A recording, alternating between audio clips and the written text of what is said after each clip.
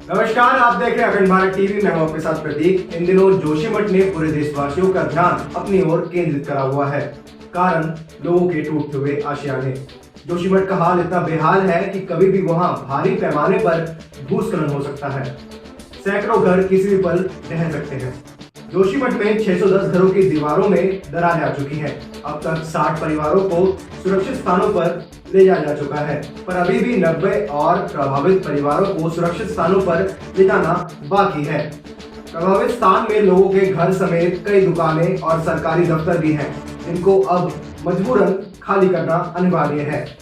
जोशीमठ को सरकार द्वारा लैंडस्लाइड जोन साबित कर दिया गया है। इस मामले पर उत्तराखंड के मुख्यमंत्री ने भी ग्राउंड जीरो पर जायजा लिया। साथ ही इस मामले को लेकर प्रधानमंत्री मोदी से भी बात की। बाद में प्रधानमंत्री कार्यालय में इस मसले पर मीटिंग हुई, जिसमें पीएम के प्रधान सचिव और उत्तराखंड के मुख्य सचिव शामिल हुए। बात करें इन दरारों की, तो आपके मन में भी ये सवाल उठता होगा कि दरारें अचानक इन घरों में कैसे आई। ये मुद्दा अचानक कैसे सामने आया? तो आपको बता दें कि ये मामला पिछले कुछ दिनों का नहीं है। ये दरारें पिछले कुछ दिनों से नहीं आई हैं। आप ये मत समझिए कि जब से आप जोशीमठ की खबरें सुन रहे हैं तब से इन मकानों में दरारें आई हैं। दरअसल ये दरारें पिछले कुछ दिन से नहीं बल्कि कुछ वर्षों से हैं, और लोग भी इस मुद्दे को काफी पहले से उठाते आ रहे हैं। पर यह मामला अब जाके इतना गंभीर हुआ है क्योंकि समस्या अब चरम सीमा पर है। अब आपको बताते हैं कि जोशीमठ का ये हाल आखिर क्यों हुआ।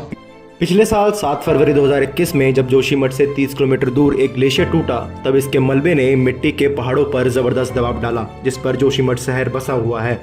इसके बाद पिछले साल ही 18 अक्टूबर को 24 घंटे में लगभग 200 मिलीमीटर बारिश हुई। तब पहाड़ों पर भूस्खलन की घटना बढ़ गई, जिससे मकानों में आए दरारें और भी गहरी होती चली गई। ये तो हुए दो कुदरती कारण, पर इसके अलावा एक और बड़ा कारण है, जो कि है वहाँ की एक निर्माणाधीन सुरंग। ये सुरंग एक जलविद्युत परियोजना के तहत तपोवन से सेलांग इलाके के बीच बनाई जा रही है, और यहाँ के स्थानीय लोगों का कहना है कि इसी टनल के निर्माण से जोशीमठ का ये हाल हुआ है। इसी टनल की वजह से जोशीमठ की जमीन से पानी का रिसाव हो रहा है, और यही पानी इन मकानों को अंदर से नष्ट करता जा रहा है। लगातार जमीन धंसती जा रही है, और पिछले 2 दशकों में हुए कई निर्माण कार्यों से जमीन पर लगातार दबाव बढ़ता जा रहा है, जिसकी वजह से जोशीमठ का ये हाल हुआ है। और आने वाले समय में अन्य पहाड़ी इलाकों में भी ऐसा हाल देखने को मिल सकता है। तो ये एक तरह से चेतावनी भी है बाकी अन्य पहाड़ी इलाकों के लिए। फिलहाल जोशीमठ पर प्रधानमंत्री नरेंद्र मोदी लगातार नजर बनाए हुए हैं, और किसी भी बड़ी घटना से निपटने के लिए एनडीआरएफ की एक टीम और एसडीआरएफ की 4 टीम वहां मौजूद है। आज जोशीमठ में 2 होटलों को गिराया गया, जिसमें दरारें इतनी ज़्यादा थी कि वो किसी भी वक्त ढह सकते थे, और उनके मलबे से आसपास के मकान पर प्रभाव पड़ सकता था। आज सभी सुरक्षा व्यवस्थाओं के साथ 2 होटलों को गिराया गया। लोग घरों को छोड़ने के लिए मजबूर हैं, उनके पास और कोई रास्ता नहीं है। कई लोगों ने अपनी जीवन भर की कमाई से अपने ये आशियाने बनाए थे, पर कुदरत के सामने सबको घुटने टेकने ही पड़ते हैं।